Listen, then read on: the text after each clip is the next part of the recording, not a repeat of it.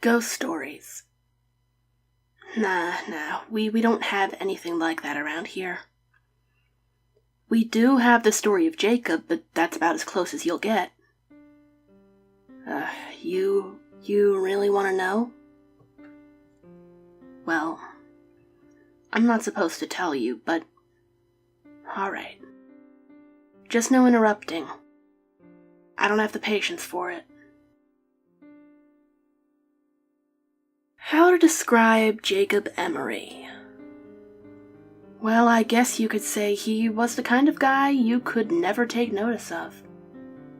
This isn't to say he was a bad kid in any sense. Many people in this town thought he was the most reliable person for an odd job in the state, but he never really excelled in anything. He was the living proof behind the statement, "Jack of all trades, ace of none." Most of this was due to his own lack of will. He dabbled with damn near everything this town could offer him. Automobiles, radio operation, store management, what have you. But he never stuck with anything. His friends and co-workers went after him about it a number of times, but everybody got the same unsatisfying response. It just wasn't enough. Needless to say, any friends he kept were either very patient or never spoke of the matter altogether. It was probably inevitable then that Jacob would leave to go abroad. I don't remember where he went, but I think Gertrude down the street knew before she passed on. You'll have to scout out someone else if you ever get curious. In any case, no one even tried to stop him. Everybody thought that a little travel would stamp the ambition out of him, or else feed it until it was no longer an issue. Hell, we even gave him a sending-off party, which I thought was pretty nice of everybody. So, anyway, he was gone for 7 years? I can't remember. You'll have to check with someone else about that, too. Anyway, he came back, eventually, and he had changed, obviously enough. He was amiable, energetic, all smiles all the time, and we quickly learned why. He showed us a souvenir he'd brought back. A solid black stick, the length of a pencil but the texture of chalk. We all wondered why on earth such a simple thing would prompt such a spring in his step, until he gave his demonstration. He took a piece of paper, and with this stick, oh Lord, there's gotta be a better word for it.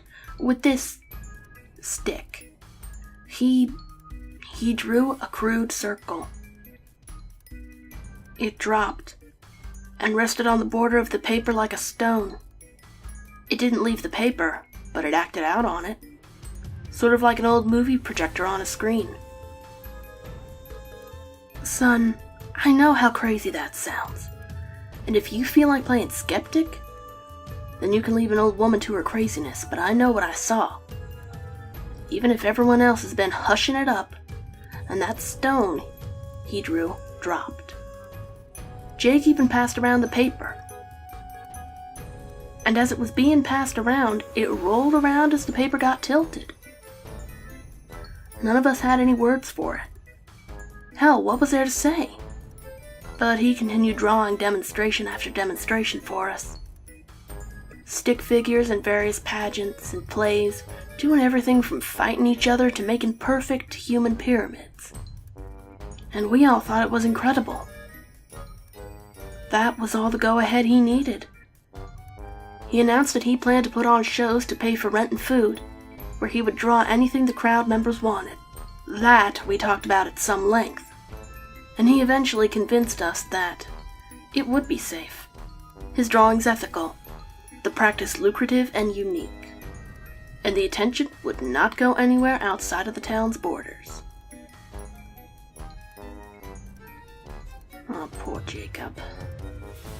If I'd not been so swept up in the moment, I might have read the signs right then and there, and saved that sorry son of a bitch by snapping the terrible thing in half. But I was younger. We all were. And we saw no problem with encouraging him, and what we all saw as an incredible experience to be shared with everyone. Now, he didn't have any big radio or television connections, mind you, and the internet wouldn't come around for another decade. So he did what all people on a shoestring budget did. He advertised his show with flyers. Flyers might not mean anything to you city folk, but in a small town they gain a fair glance over from time to time. And what's more, Jacobs managed to stick out by having little figures jump up and down and whatnot to get people's attention. His first show must have gotten nearly 60 or so people. Probably more than that. And his shows were fantastic. Someone would shout out a scene from a play or a comedy sketch, and Jake's hand would fly over a white wall like a bird. He'd been holding back when he made that stone, that's for damn sure. His illustrations were all spot on, and he could make an incredible human figure in minutes.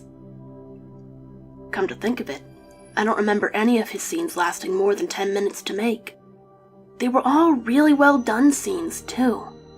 Not only could you see a knight charge a castle, Jacob would draw the castle's interior as well, like a wedding cake split down the middle, so you could see the knight scale the walls, fight his way through the levels of the dungeon, fight back out with the princess, and make a leaping jump off of the castle parapets onto his getaway horse. All in complete silence. Not realistic, no, but that was part of the appeal. None of us went in there expecting something real. When a scene or a sketch was finished, either the characters would leave off a wall, or he'd cover the wall with white paint. This was good in a way. It gave the shows a time limit. So when he'd finished with all of the 4 walls in the room, everyone knew the show was over until the paint dried. Jake, meanwhile, was changing in a bad way. I'd mentioned upon his return he'd been extremely energetic. Well, that energy, that vitality or fervor or whatever you want to call it, it never left him. Not for an instant.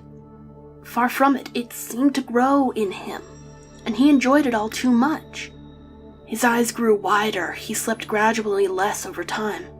His statements and opinions were more radical and frenzied, and though he never was a pushover, he was starting to make people nervous in his company. A month or 2 passed, and Jake's audience grew like a wildfire. Nearly everyone in the town paid to see Jake's art in action, and he had to rent out larger and larger places for them to sit. He now didn't stop after one scene was done. He moved directly on to the next, put on the next blank space on the wall, sometimes to the intriguing effect of causing scenes to mingle. The crowd loved it. The subject matter got more wild and immoral. The monsters got more bizarre and creative. The fighters using more impossible weaponry, all for the sake of the crowd's interest. Jake got steadily more indulgent, which we figured was from the money, and he'd become a drinker and a womanizer, neither of which got rid of that vitality, by the way. Some of these women claimed that they'd woken up in the middle of the night to see him scribbling with that stick on a drawing pad, this gigantic grin on his face. And while most of them said that they thought he was drawing them in the nude, there's rumors that 1 or 2 of them got glances at that notepad. Those anonymous few supposedly said that those drawings absolutely were not nude pictures. But neither of them, whoever they are, would say what he was drawing. Don't bother looking for the notepads or the flyers, okay? They're all gone now, and I'm getting off track. Point is, Jake was hitting the bottle, and that's important, because it was that drinking that would eventually ruin everything. On the night of one of his performances, as he walked in front of his cheering crowd, it was immediately apparent to everyone that he was completely drunk. I was in the front row, and I could smell the bourbon on him from 10 feet away.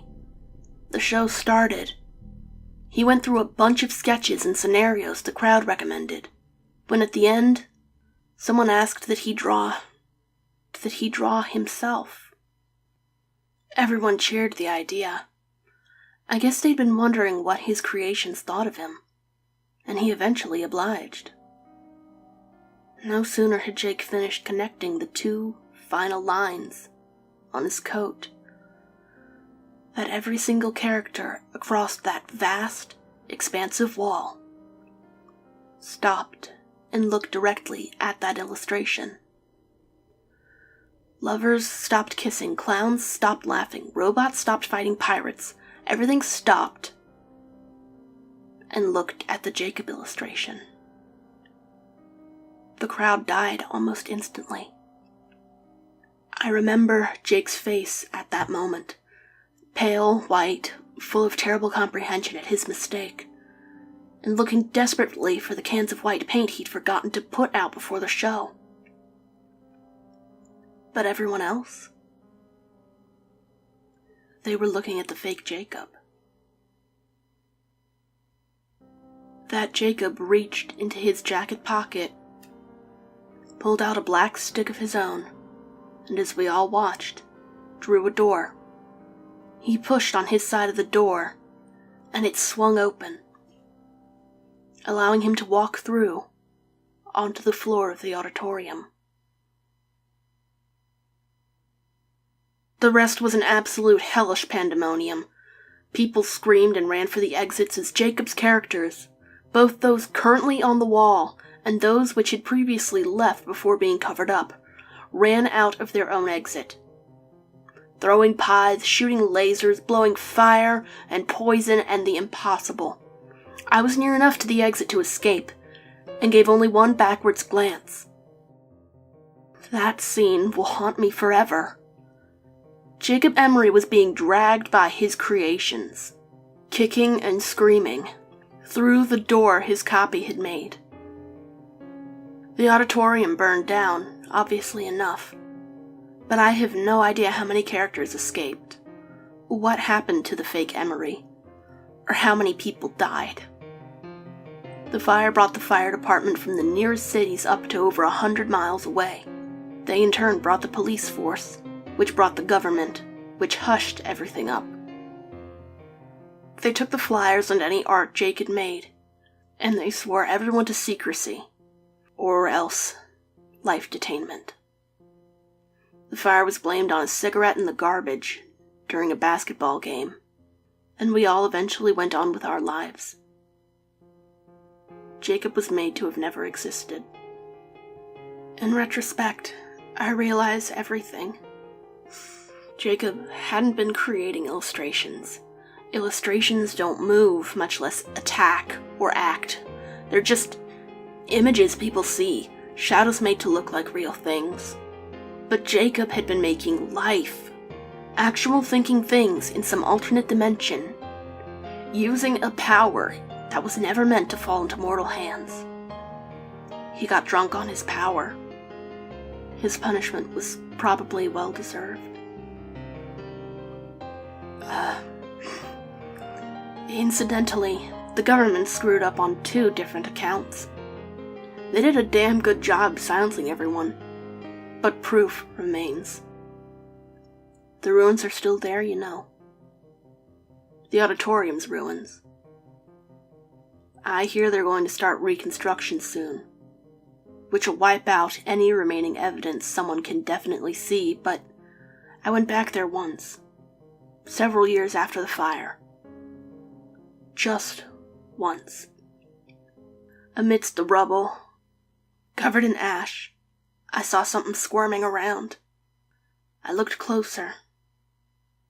It was Jacob Emory's hand on the wall. Exactly like it had been 3 years before. Sweaty but calloused, I remember that. But it was just constantly flailing. As if the body it was supposed to be attached to was still writhing in flames. That was mistake number 1. Number 2 was those creations. Like I said, I don't know how many escaped, or how many the government agents found and caught. But I will say only this. Those tall grass meadows on the outskirts of town, don't go into them. Ever. You were asking about those white figures you've seen at night, right? Well, this town doesn't have ghost stories.